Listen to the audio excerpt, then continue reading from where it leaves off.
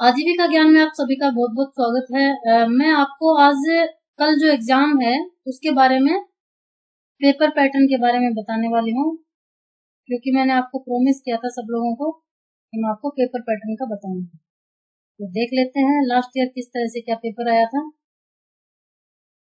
Video को like जरूर से कर देना। चैनल अभी तक सब्सक्राइब नहीं किया तो चैनल सब्सक्राइब अवश्य कर लेना। ठीक है, ये इस तरह का पेपर है आपका आया था। Block technical coordinator, enterprise promotion और डीआरसी इंचार्ज।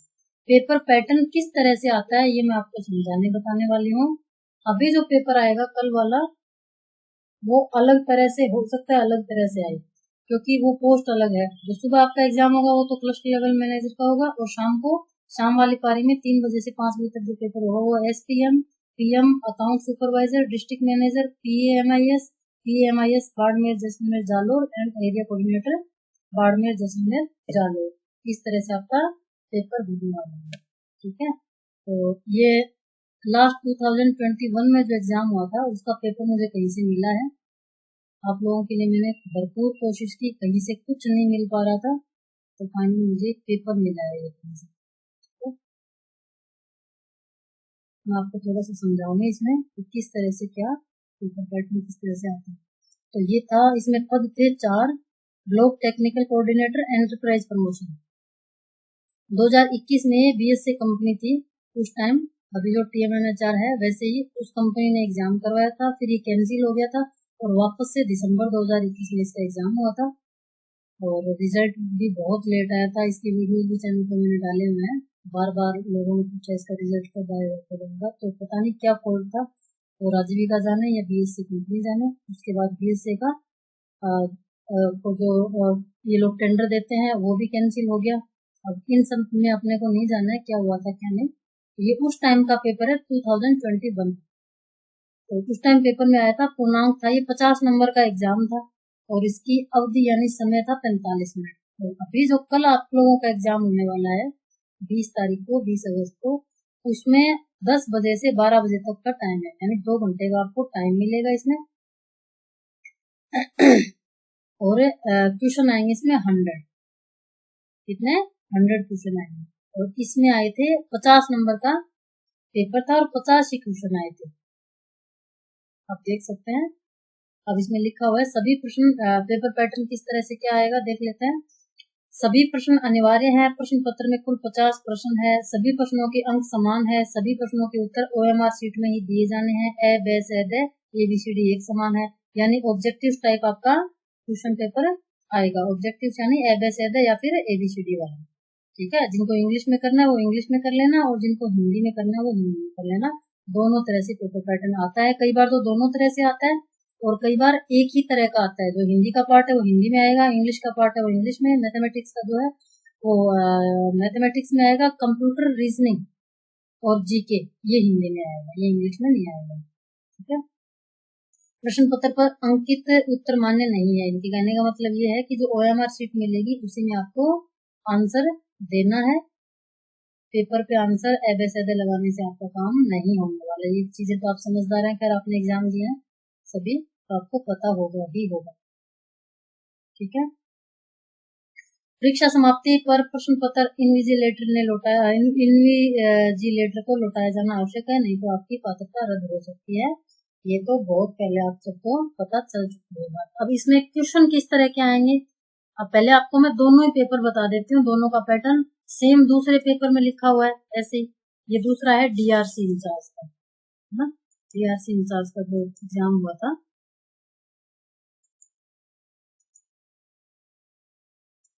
ठीक है, एक तो हो गया ब्लॉक टेक्निकल कोऑर्डिनेटर का और एक हो गया आपका डीआरसी इंचार्ज का। ऐसे डीआरसी इंचार्ज में 7 पद थे, ऐसे ही इसको भी लटकाया था वैकेंसी को, वजह पता नहीं क्या थी। सभी प्रश्न अनिवार्य हैं। प्रश्न पत्र में कुल 50 प्रश्न हैं। 50 नंबर का ये पेपर आया था और 50 ही क्वेश्चन आए थे। ठीक है, सभी प्रश्नों के अंक समान है। सभी प्रश्नों के उत्तर ओएमआर शीट में दिए जाने हैं।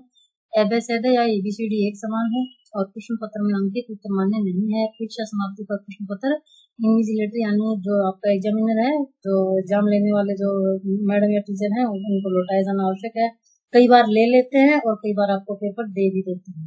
अब ये पेपर किसी को दिया होगा तो मैंने कहीं न कहीं से इसका अरेंजमेंट किया। आप लोगों के बहुत सारे कमेंट्स आ रहे थे और सभी लोग परेशान भी हो रहे थे, इसलिए जिन्होंने पहले एग्जाम दिए हैं उनको तो इतनी दिक्कत नहीं आती, जो नए हैं बिल्कुल, जिन्होंने कभी कोई एग्जाम नहीं दिया राजीविका का, उन लोगों को थोड़ी सी दिक्कत का सामना करना पड़ रहा था।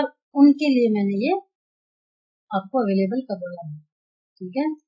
तो आप लोग मुझे ऐसे सपोर्ट करते रहेंगे तो मैं भी आपको, अब 5000 सब्सक्राइबर, तो आप लोगों की जिम्मेदारी बनती है अपने ग्रुप्स में या फिर अपने जो मिलने वाले हैं जो राजीविका से संबंध रखते हैं उनको फॉरवर्ड कर करके मेरे चैनल को सब्सक्राइब करवाओ और 10,000 सब्सक्राइबर इस महीने के एंड तक। प्लीज आपसे रिक्वेस्ट है सभी लोगों से जो मेरे व्यूअर्स हैं मुझे कि 10,000 सब्सक्राइबर इस महीने में प्लीज कंप्लीट करवाओ, ठीक है। अब बात करते हैं हम इसमें पेपर में क्वेश्चन किस तरह के आएंगे, ठीक है। अब आपका जो एग्जाम होने वाला है ना वो CLM का है, आपका जो एग्जाम है वो है CLM यानी क्लस्टर लेवल मैनेजर, और SPM state project manager, SPM का फुल फॉर्म होता है स्टेट प्रोजेक्ट मैनेजर, PM यानी project manager, account supervisor, district manager यानी DM, PAMIS बाड़मेर जैसलमेर, ये स्पेशल वैकेंसियां निकली थी, और एरिया कोऑर्डिनेटर, ठीक है। आपका ये एग्जाम है और उस टाइम ये एग्जाम हुआ था DRC इंचार्ज और block technical coordinator enterprises promotion. Block technical coordinator में भी 3 तरह की चीजें होती है, एक तो खेतीबाड़ी से संबंधित जो होता है वो, और एक फाइनेंशियल इंक्लूजन, एक एंटरप्राइज प्रमोशन।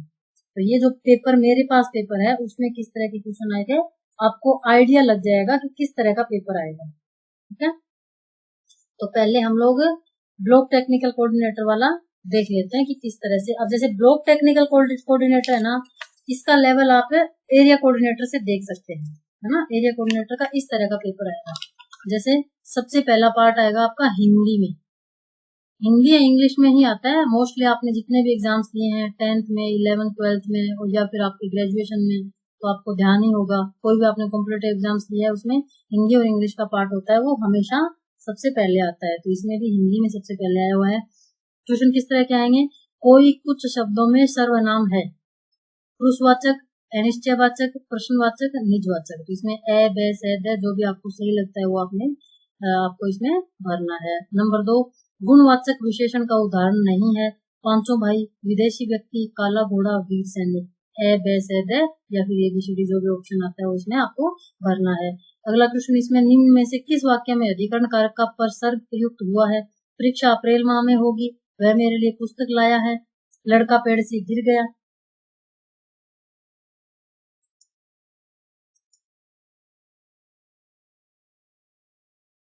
पूर्ववत, भूतपूर्व, पूर्व रूप, पूर्वभूत। इसमें ए, बे, से, दे जो भी सही है वो आपको भरना है। क्षुद्र शब्द का विलोम नहीं है। अब क्वेश्चन को भी ढंग से पढ़ना है कि क्या पूछा है। क्षुद्र शब्द का विलोम नहीं है। ज्यादातर लोग क्या करते हैं, पढ़ते हैं फटाफट कि क्षुद्र शब्द का विलोम शब्द क्या होता है, तो क्षुद्र का लिख देते हैं, जबकि क्वेश्चन में पूछा क्या है, नहीं है। विशाल, महान, बृहत, छोटा, इस तरह से ये क्वेश्चन आते हैं। अब इसमें 5 हिंदी के क्वेश्चन है। अब ये पेपर थोड़ा बड़ा आएगा 100 मार्क्स का, ये 50 नंबर का था, तो इसमें 5 क्वेश्चन हिंदी के आए हैं।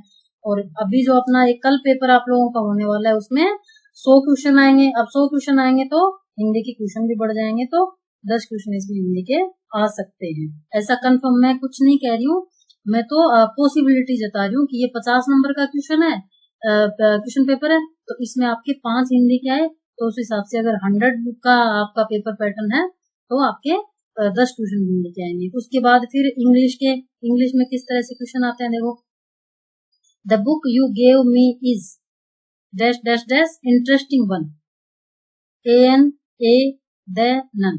अब इसमें AN का यूज और दी का जो यूज होता है वो आएगा। All the soldiers looked at the swayed dot dot dot had friendly face, which, whose, who, whom। जिसमें जो आपको उचित लगता है, जो सही लगता है वो आप इसमें भर सकते हैं। मेन बॉडी ऑफ सॉर्ट, अब इसमें मैं कोई आपको क्वेश्चन आंसर नहीं बता रही हूँ, मैं आपको पैटर्न बता रही हूँ कि पेपर का पैटर्न किस तरह से आएगा, ठीक है।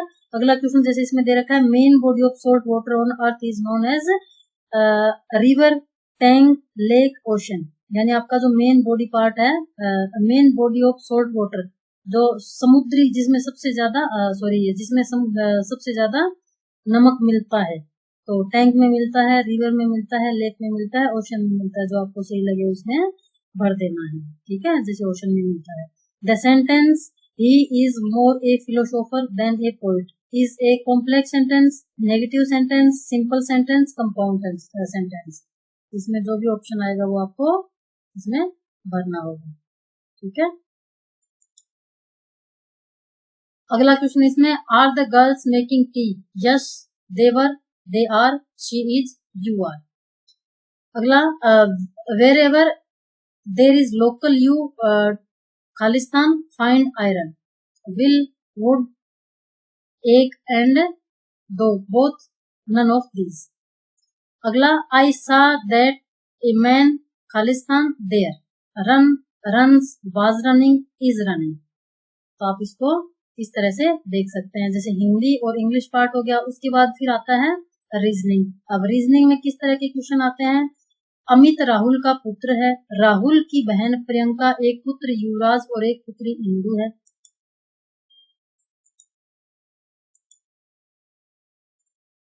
अमित राजा युवराज का मामा है, अमित का युवराज से क्या संबंध है, तो उसका पिता लगेगा, चाचा लगेगा, मेरा भाई, भतीजा।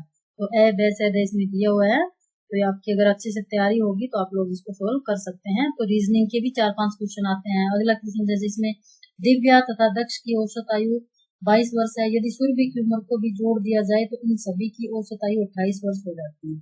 सुरभि की उम्र क्या होगी, 40 साल, 38 साल, 37 साल या 39 साल। तो इसमें जो भी आपको सही उम्र लगे उसमें ABCD में भरना है। अगला क्वेश्चन जैसे, ईस्वी सन के पहले वर्ष की पहली तारीख को कौन सा वार था, रविवार, सोमवार, मंगलवार, बुधवार। तो ये रीजनिंग और जीके लगभग सेम सा ही पार्ट होता है, इस तरह से पेपर आता है।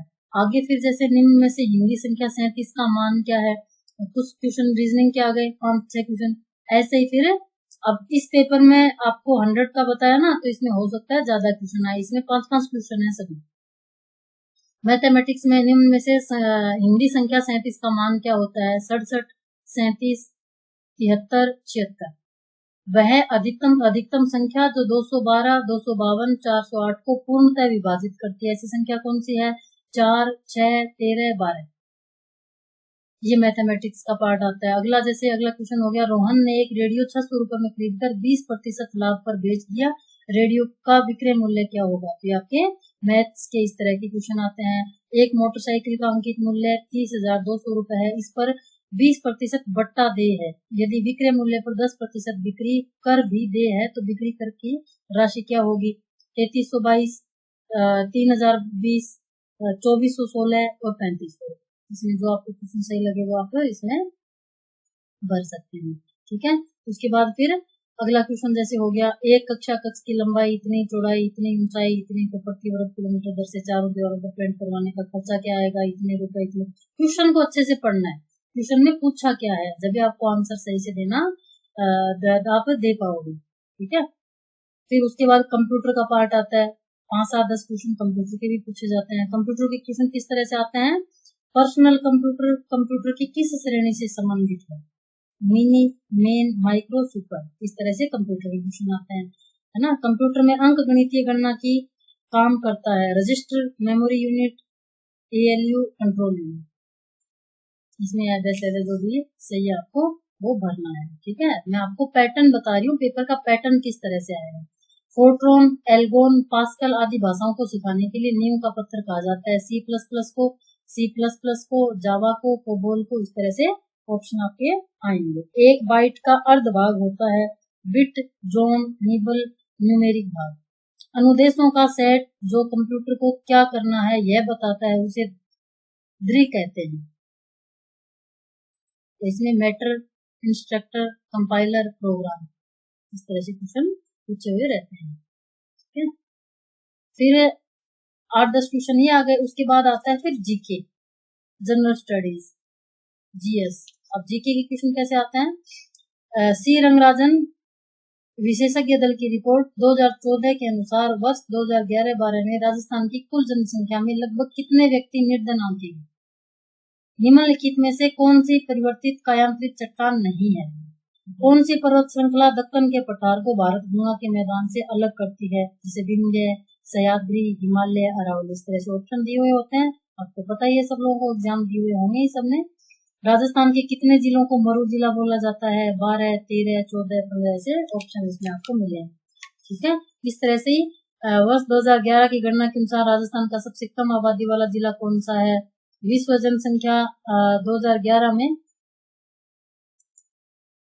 विश्व जनसंख्या 2011 में राजस्थान की कुल जनसंख्या का लगभग कितना अंश प्रतिशत में है?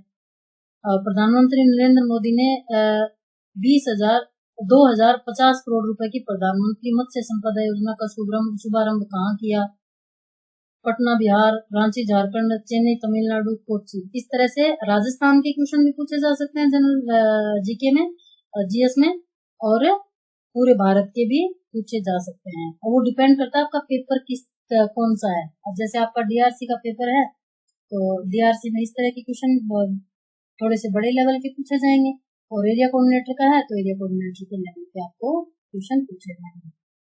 ठीक है, फिर उसके बाद थोड़े से मैनेजमेंट के क्वेश्चन भी आते हैं। जैसे ये एंटरप्राइज प्रमोशन का पेपर था, ठीक है, तो आप देख सकते हैं। जैसे एंटरप्राइज प्रमोशन का पेपर है, ब्लॉक टेक्निकल कोऑर्डिनेटर, तो इसमें मैनेजमेंट के क्वेश्चन भी आए इस पेपर में।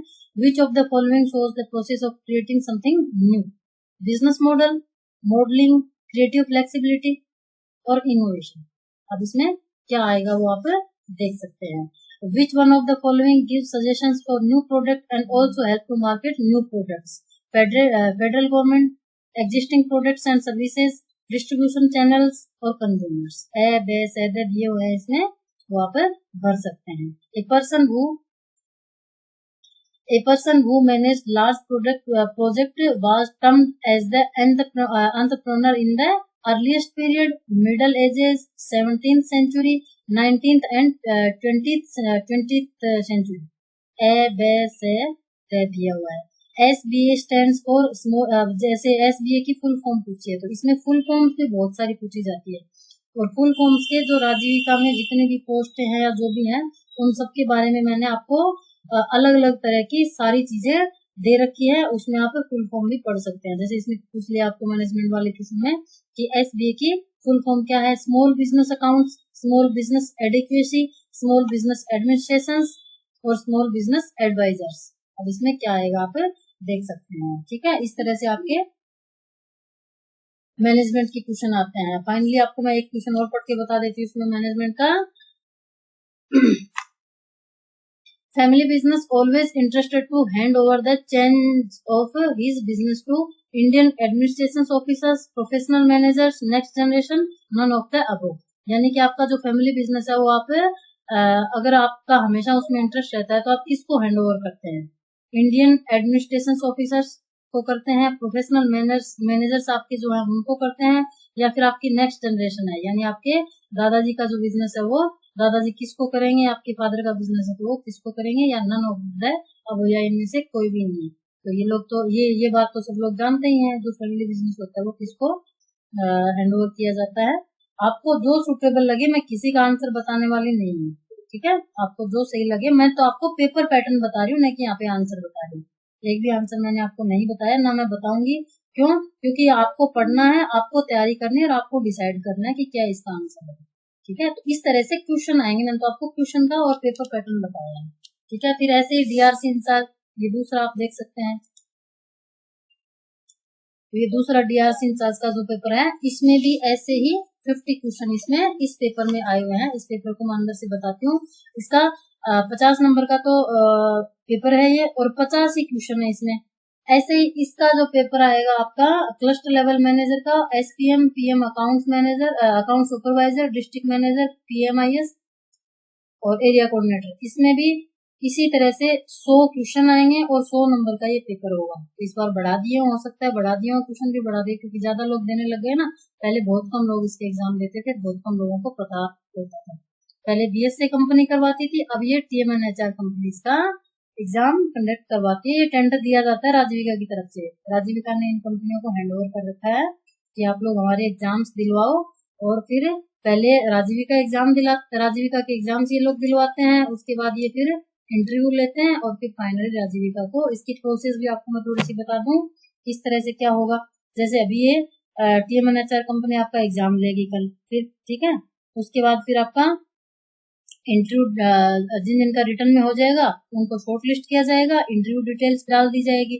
उसका भी मैं आपको वीडियो बना के अलग से बता दूंगी, तो चैनल को सब्सक्राइब जरूर से करके रखिएगा और ऑल पे नोटिफिकेशन पे भी ऑन करके रखिएगा, ताकि जब भी मैं वीडियो डालूं, क्योंकि आपको बार बार पूछना नहीं पड़ेगा फिर कि मैम इसका रिजल्ट कब आएगा, रिजल्ट कब आएगा। कल जैसे पेपर हो गया उसके बाद फिर आप पूछने लगेंगे कि इसका रिजल्ट कब आएगा।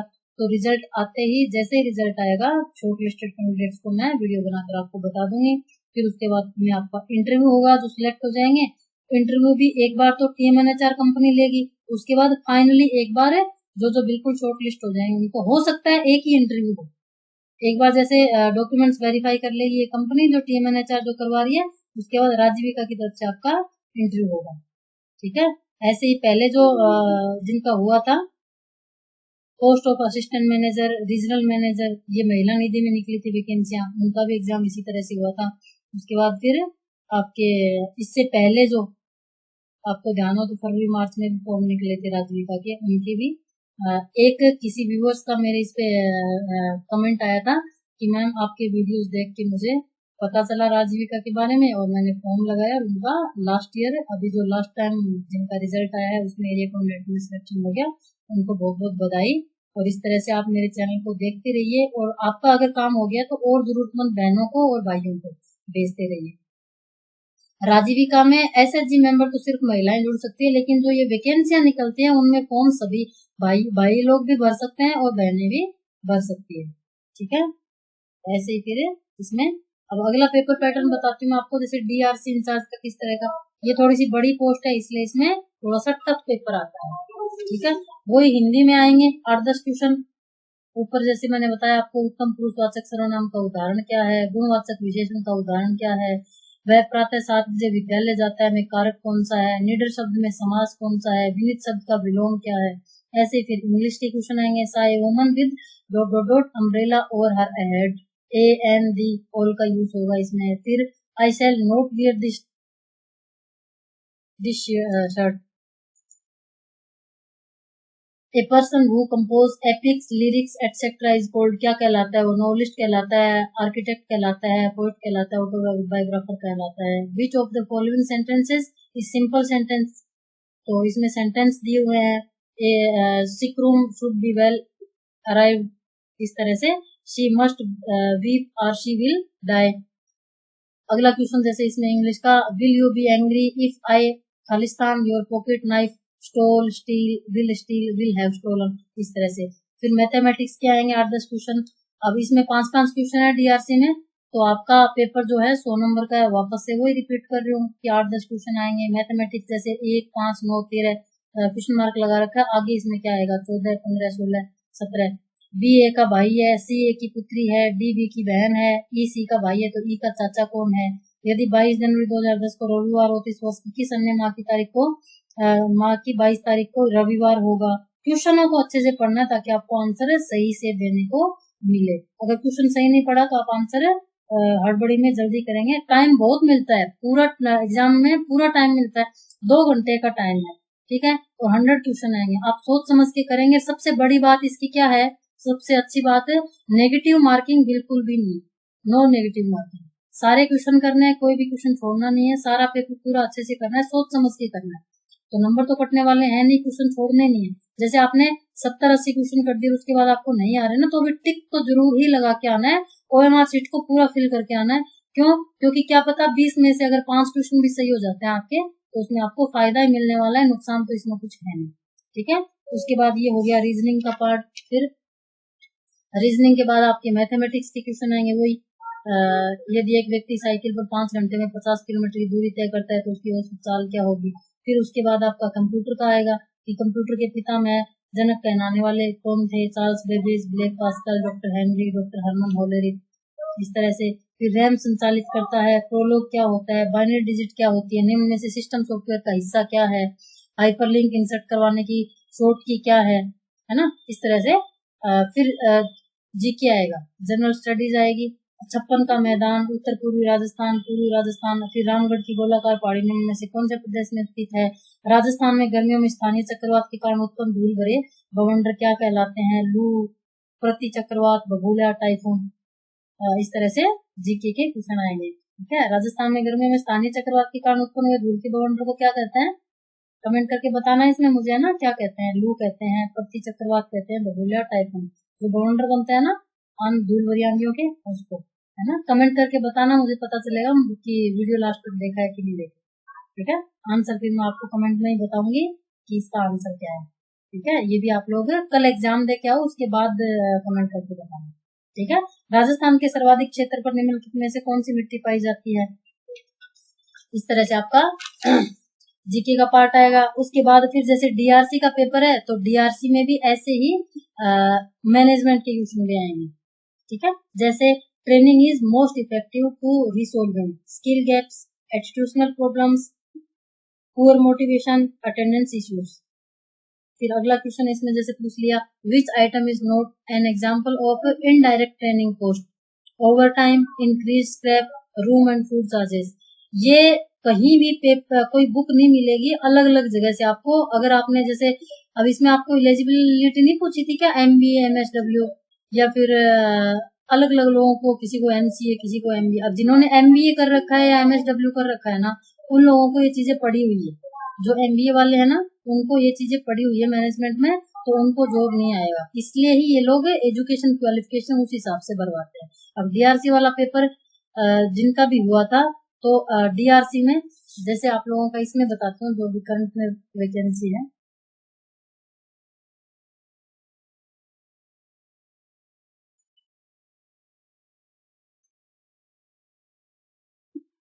जिन्होंने मैनेजमेंट किया हुआ है उनकी सारी चीजें, एक एक चीजें अच्छे से पढ़ी हुई होती है, तो उनको पहले से ही पता रहता है ना।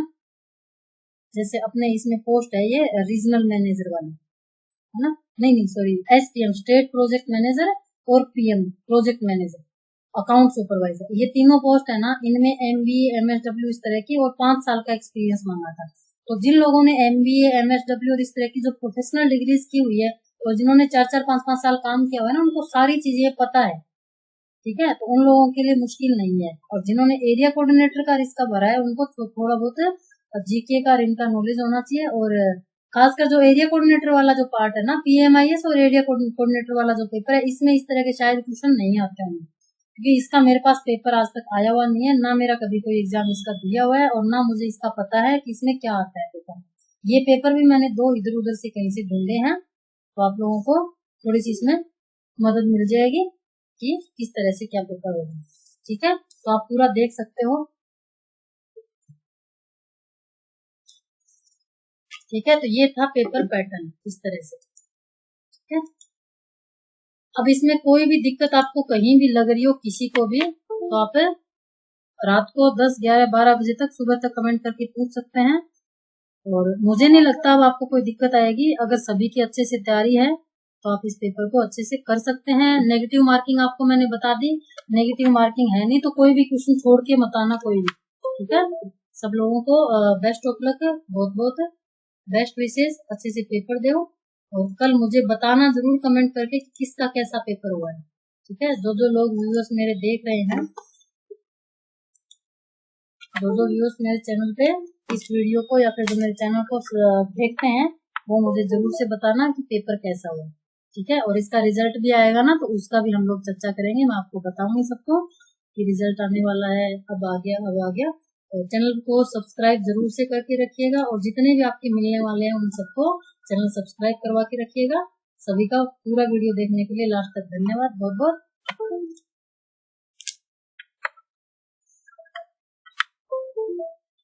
कल मुझे ना तो पेपर मिला था, और पेपर मिलने के बाद भी टाइम नहीं मिल पा रहा था कि मैं किस तरह से वीडियो बनाऊं इसका। मैं खुद भी थोड़ी सी व्यस्त रहती हूँ, घर में चीजें हैं, बहुत सारी काम है। तो एज पॉसिबल, जब भी पॉसिबल होता है, मैं कोशिश करती हूँ पूरी कि सब लोगों को वीडियो बनाकर बताऊं। लेकिन घर में बहुत सारे काम रहते हैं, और मुझे भी कई तरह के काम रहते हैं, इसलिए व्यस्तता के काम मैं आपको बता नहीं पाई। अभी टाइम लगा सुबह से, तो अब मैंने सोचा कल एग्जाम है, एक बार सबको बता दूं, ताकि आप लोगों को थोड़ी सी आसानी हो जाएगी। और मुझे लगता है आप लोगों को इसमें हेल्प भी मिलेगी। ठीक है, तो सभी का बहुत बहुत धन्यवाद वीडियो को लास्ट तक देखने के लिए, और लाइक तो बनता है। ठीक है, बेस्ट ऑफ लक, अच्छे से एग्जाम देके आप मुझे कल बताएंगे जरूर और अपना कीजिए।